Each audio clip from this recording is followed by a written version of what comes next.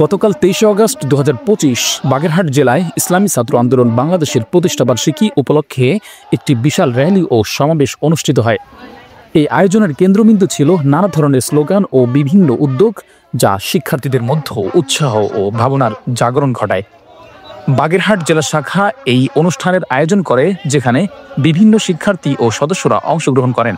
র্যালিটি জেলা শহরের বিভিন্ন সড়ক প্রদক্ষিণ করে, আর এতে শিক্ষার্থীদের মাঝে ঐক্যবদ্ধ হওয়ার বার্তা প্রচারিত হয়। র্যালি ও সমাবেশে আবেগভরা স্লোগান পরিবেশনায় শিক্ষার্থীরা দেশের উন্নয়ন, ন্যায় বিচার ও পেয়ার পদ্ধতি নির্বাচন সহ ও শিক্ষাবান্ধব পরিবেশ চেয়ে আওয়াজ তোলেন। অনুষ্ঠানে বক্তারা ছাত্র রাজনীতির ইতিবাচক ভূমিকা, নৈতিক নেতৃত্ব গঠনের প্রয়োজনীয়তা এবং শিক্ষার্থীদের অধিকার সুরক্ষার বিষয়টি গুরুত্ব আরোপ করেন। এই ধরনের আয়োজন সামাজিক ও শিক্ষা প্রতিষ্ঠানগুলোর মধ্যে ঐক্য ও সামগ্রিক উন্নয়নে ভূমিকা রাখে। বাগেরহাট জেলা ইসলামী ছাত্র আন্দোলন বাংলাদেশ এই প্রতিষ্ঠাবার্ষিকীতে তাদের সাফল্য ও ভবিষ্যৎ পরিকল্পনার উপর আলোকপাত করেন। সাইদ মোহাম্মদ ইমন, বার্তা বক্স 24।